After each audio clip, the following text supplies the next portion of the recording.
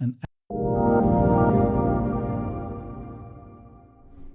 wildcards and operators provide us with more advanced search options.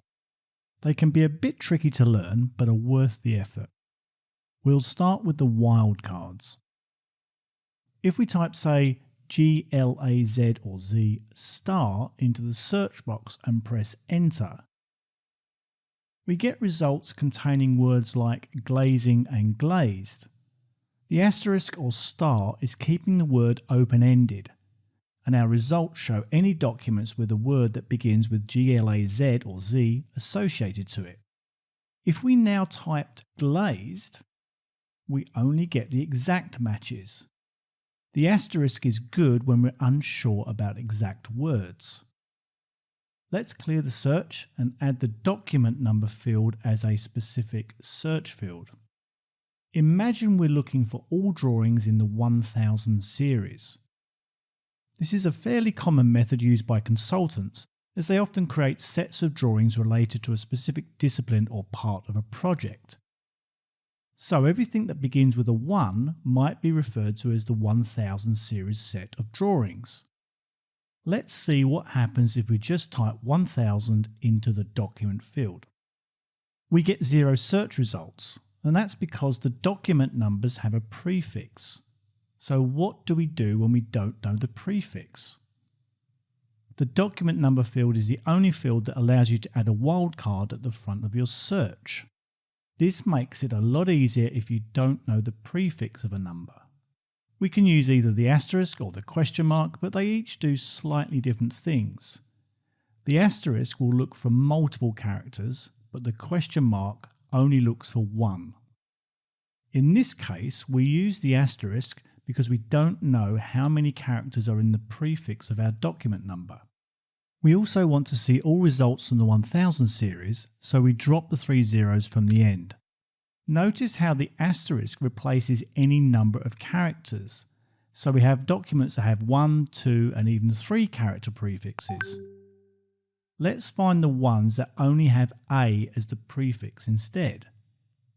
Here we enter A-1, and that's done it.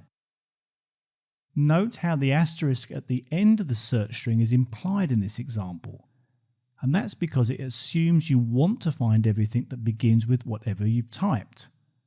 This is already much better, but in this example we only want to see our native files which have an extra suffix, DWG. So let's add that into our search. And here we go. A complete set of our native 1000 series drawing files. Let's assume we did know the prefix and suffix. In that case, the question marks come in very handy. Let's try this. A -1 and then 3 question marks followed by -DWG. That's limited the results in the way we want. It'll only return numbers between 1000 and 1999. Let's get even more specific. Let's try A-1, 00, and finally another question mark. See the results? That's how specific we can be, and on larger projects where you handle large numbers of documents, these options can come in very handy.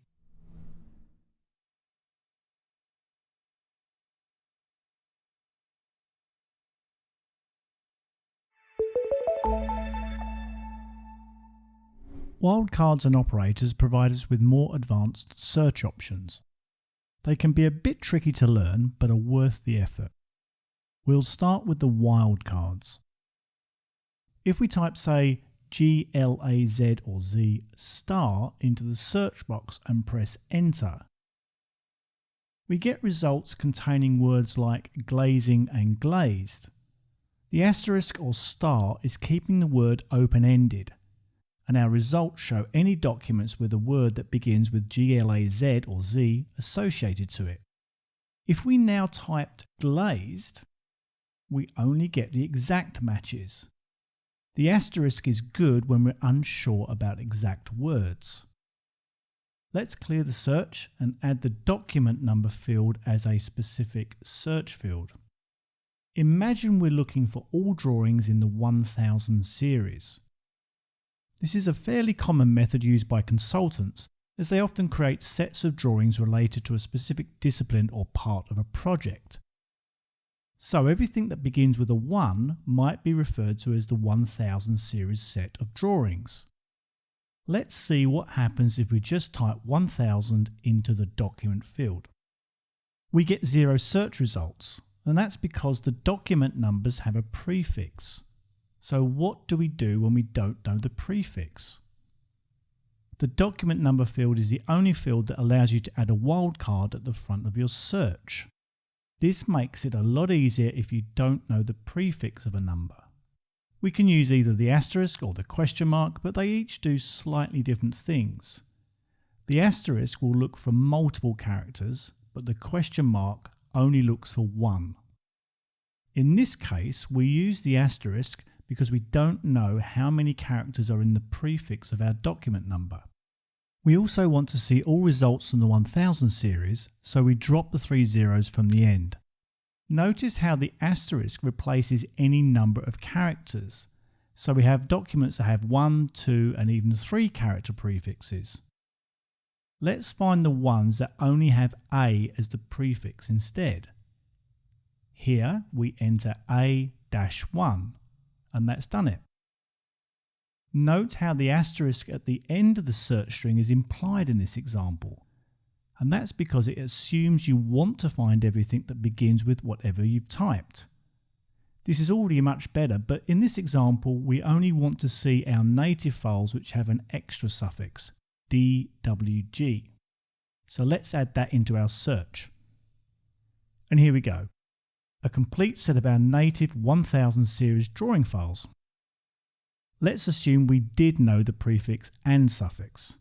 In that case, the question marks come in very handy. Let's try this. A -1 and then 3 question marks followed by -DWG. That's limited the results in the way we want. It'll only return numbers between 1000 and 1999. Let's get even more specific. Let's try A-1, 00, and finally another question mark. See the results? That's how specific we can be, and on larger projects where you handle large numbers of documents, these options can come in very handy.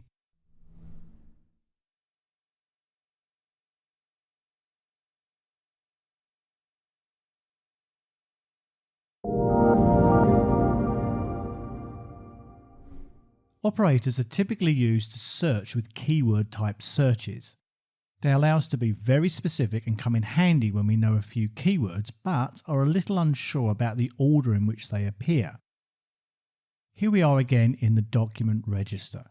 Let's start by typing 2 keywords, horizon and lighting. We get all documents that include both words, and these can clearly be seen in the document titles.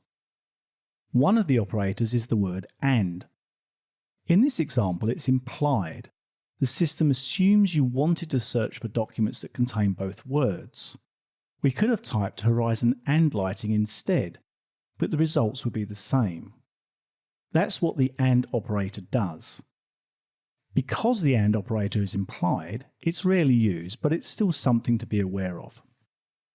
The second operator we'll look at is the word OR. We must type it using uppercase or capital letters, otherwise it won't be recognised.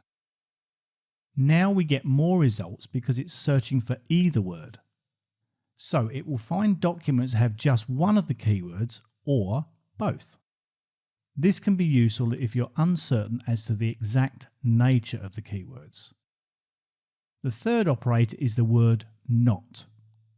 What this looks for now is the word that comes before NOT, but it excludes any documents with the word that you typed in after NOT. You're probably thinking, why not just type the word horizon on its own? Well, let's see what happens. Notice how many results we have. Now, without the operator, we have more. And that's because the results now also show documents which include the word lighting. Now, let's do a combination search using both operators and the fields.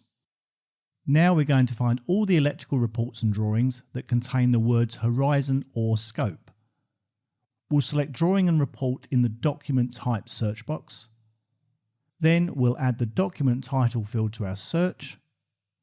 We type Horizon or Scope into the title field. And finally, we select Electrical from the Discipline field. See how specific the results are? What about we try something a little more advanced using just operators? We'll do a similar search to the one we've just done, but we'll only use the main search box. Let's clear everything first. We want to start by only finding documents that have the words Horizon or Scope. We put this in brackets or parentheses so the search knows to do this first. Remember to add the operator, in this case OR, in uppercase. Then use the AND operator and add another OR statement to find only drawings or reports. Again, these are in brackets so the search knows to treat this operator separately. Then we add a final AND operator to find anything that has the discipline electrical.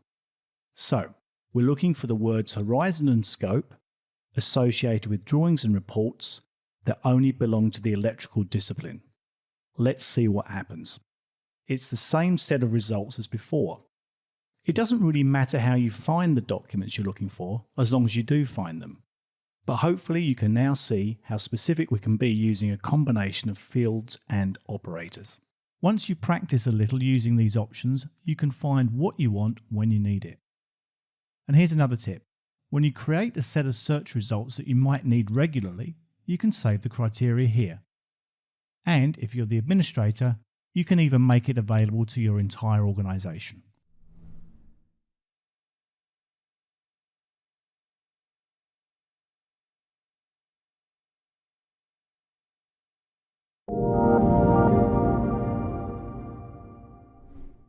As we learn in the associate course, documents that have been uploaded into your document register need to be transmitted for other organisations to access them. This means that at times you'll have to check who has received what and that everyone is working off the same version. This is where transmittal reports come in handy.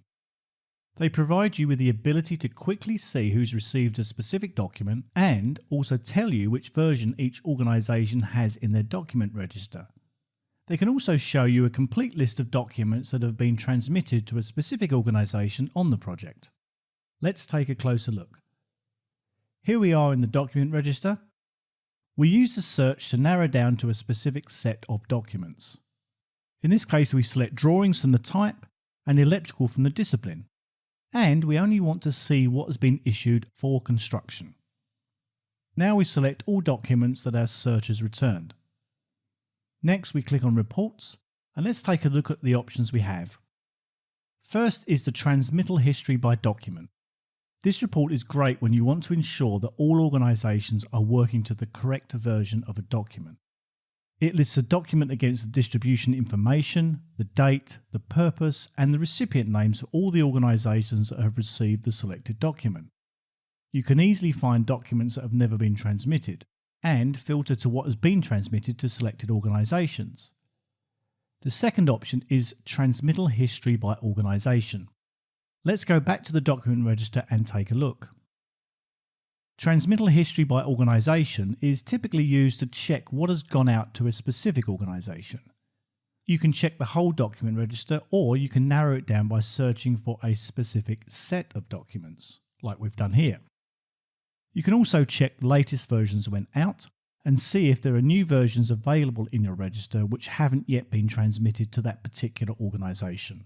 In that case, a transmittal can be initiated straight from this screen, making this report a very popular tool for document controllers and information managers.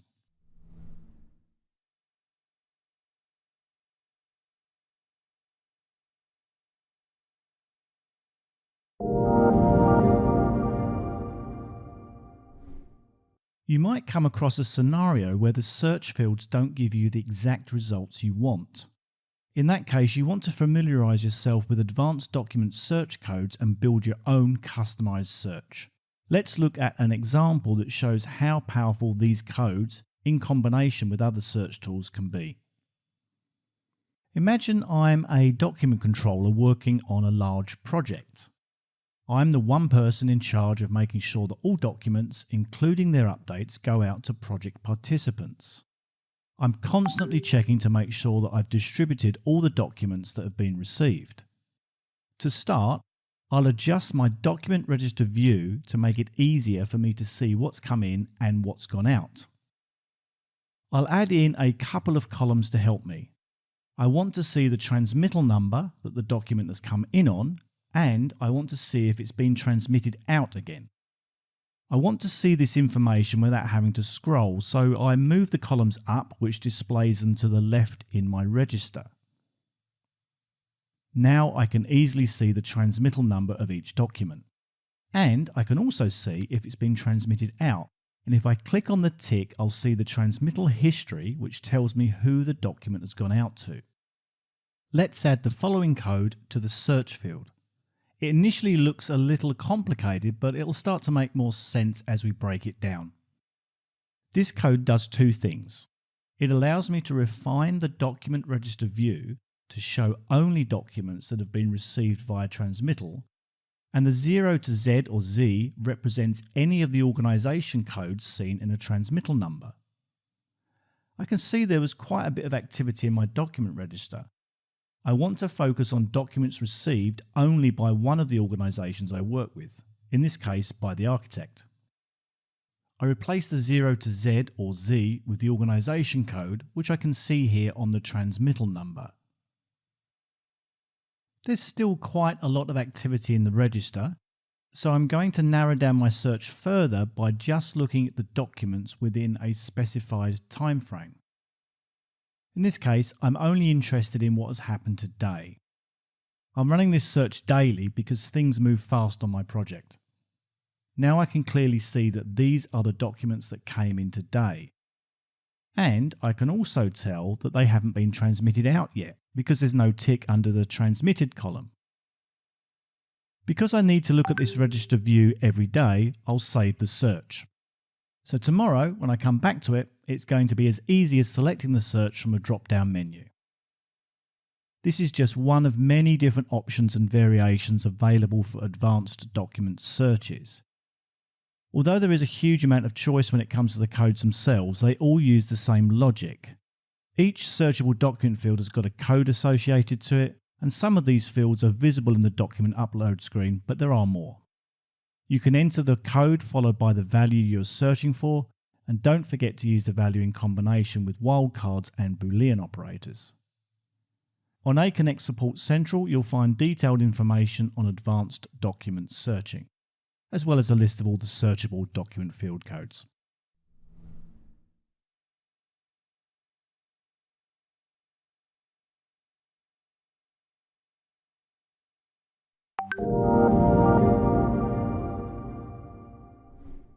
Let's take a look at updating multiple documents in more detail.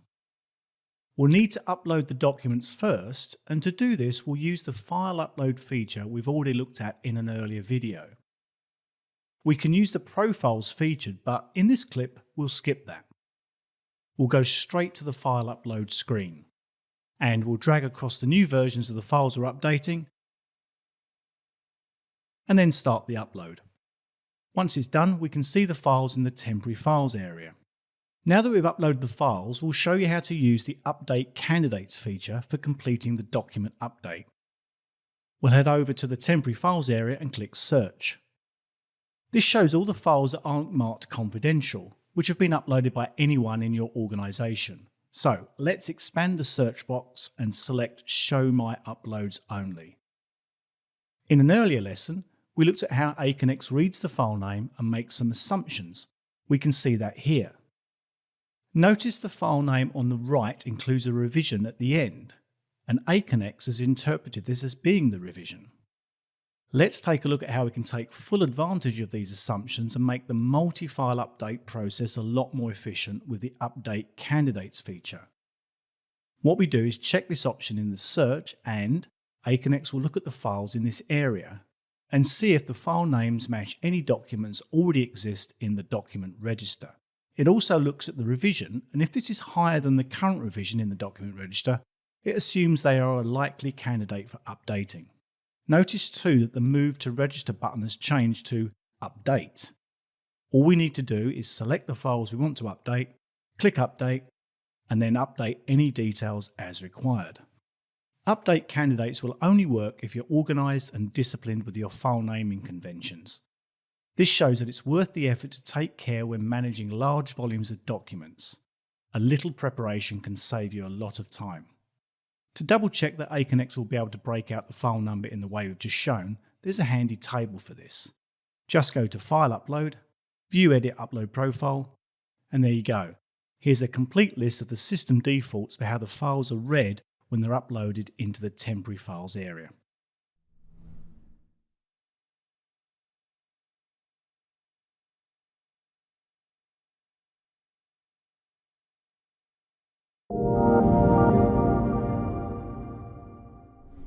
We've seen how easy it is to update multiple documents, and earlier we looked at how easy it was to upload multiple documents as well. The steps involved are very similar. There's one more thing we'll cover, and this is a great feature that a lot of people miss. It can save even more time, especially when updating lots of documents. Whenever we upload or update multiple documents, we see each document separately. As we've seen, we can edit each of the fields, but what if we needed to change the same field for each of the documents? That would be time consuming, having to edit each field one by one. This is where bulk edit comes in. To use bulk edit, we need to use the checkboxes to choose the files we want to change. Then we click the bulk edit button. What we can do is edit some or all of the fields in this panel. Notice that documents currently have for review as their status. In our case, we're changing the status to for construction, and we want to apply this to all documents listed. Now we click the Apply button and it changes them all to the new status of for construction. We finish off by clicking the Update Documents button, and all our drawings are now available in the document register as the updated version and with their new status. Bulk edit is a great option if you're updating large sets of documents that are similar. You can change any of the fields in this way. The information is only copied to the documents you've selected via the checkboxes on the left. Yes, bulk edit is a very simple feature, but one that can really save a lot of typing and editing.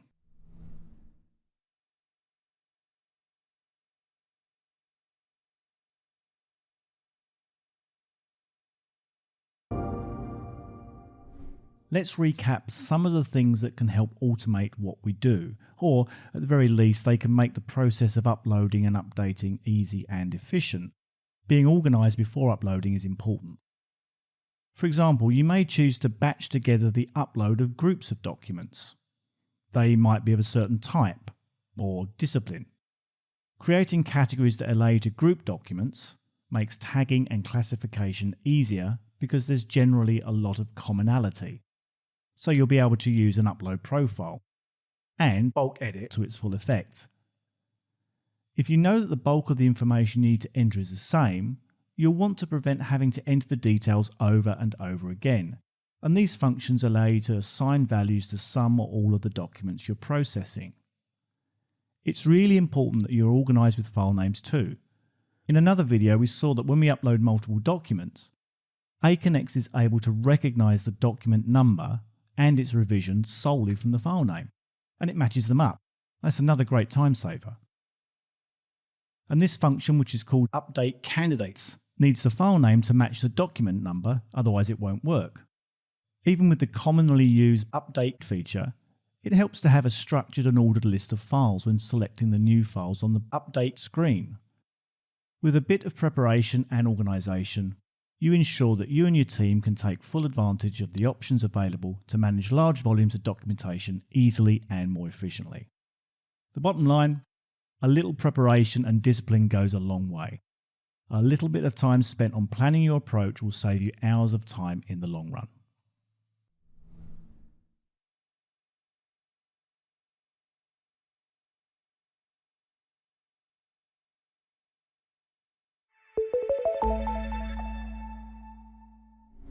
Let's take a look at how we're going to handle confidential documents.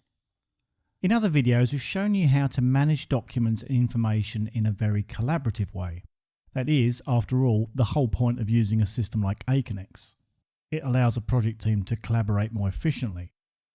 But there are times when access to certain documents needs to be restricted to only a selected group. Making a document confidential in Aconex allows you to determine who can and cannot see the document.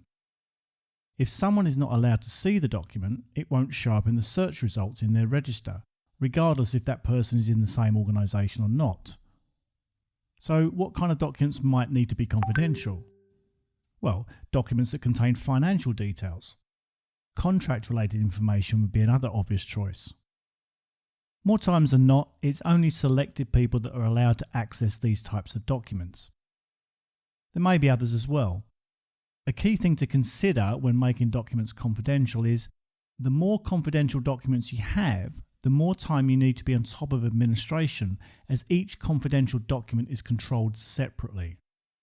In another video, we'll show you how to create confidential documents.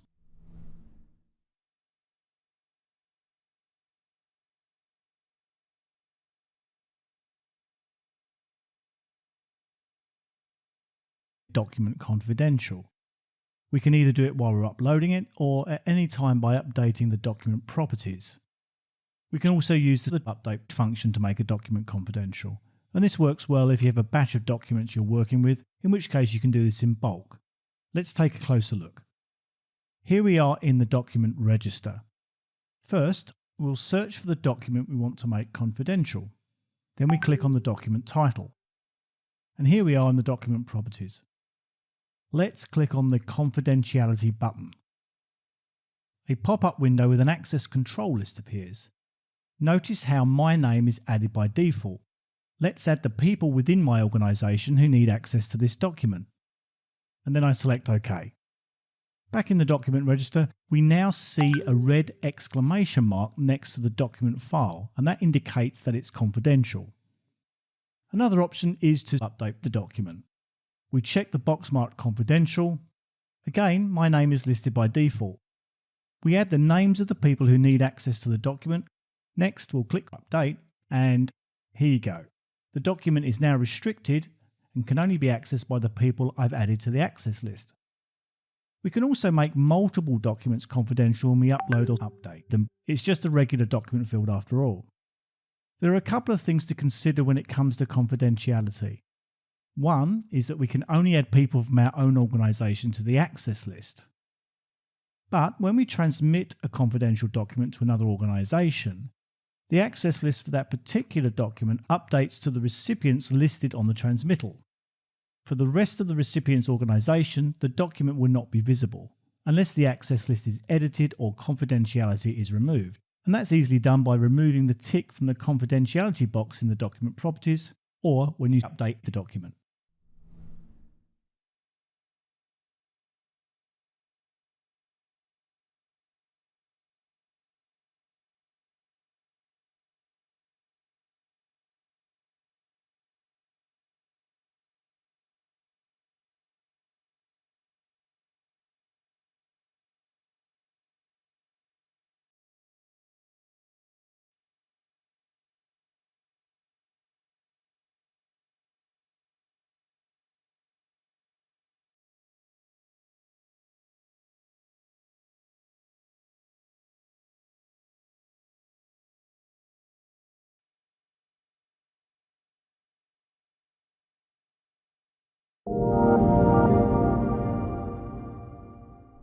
Let's finish this course with a recap of what we've covered and what's next.